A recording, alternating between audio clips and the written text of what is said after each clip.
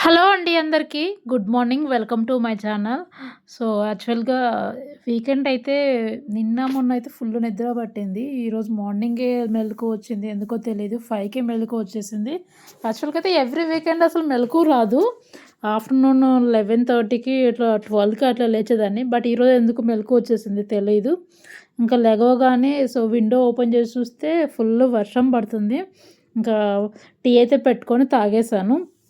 ఇట్లా టీ పెట్టుకొని విండోలో కూర్చొని చూస్తా, బయట క్లైమేట్ చూసుకుంటూ టీ అయితే తాగేసాను. చాలా బాగా అనిపించింది. ఎర్లీ మార్నింగ్ ఫుల్ వర్షం పడుతుంటే ఇంగా టీ పెట్టుకొని తాగేసాను. తర్వాత వచ్చేసరికి టిఫిన్‌కైతే ఈరోజు పునుగులైతే వేశానండి. చాలా అంటే చాలా బాగా కుదిరింది. చాలా బాగున్నాయి కూడా. ఇంకా వర్షం ఎంతో తెలీదండి. ఈ వర్షం డైలీ పడుతుంది. నిన్న మొన్న కొంచెం తెరపిచ్చిందిలే అనుకుంటుంటే, ఈరోజు నిన్నటి నుంచి నైట్ నుంచి ఒకటే వర్షం. ఇప్పటి వరకు తగ్గనే తగ్గలేదు. ఇంకా మళ్ళీ ఈ రోజుటి నుంచి వచ్చేసరికి డైలీ రొటీన్ స్టార్ట్ అయిపోతుంది. ఇంగా లేగవడం, వండుకోవడం, తినడం, ఆఫీస్‌కెళ్ళి రావడం ఇంక ఇదే సరిపోతది. ఇంకా వేరే ఏం వర్క్ కుదరదు చేసుకోవడానికి కూడా.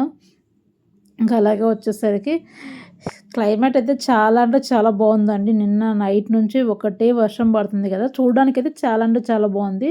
బట్ ఏదైనా వర్క్ చేసుకునే వాళ్ళకి ఇబ్బంది అయితది.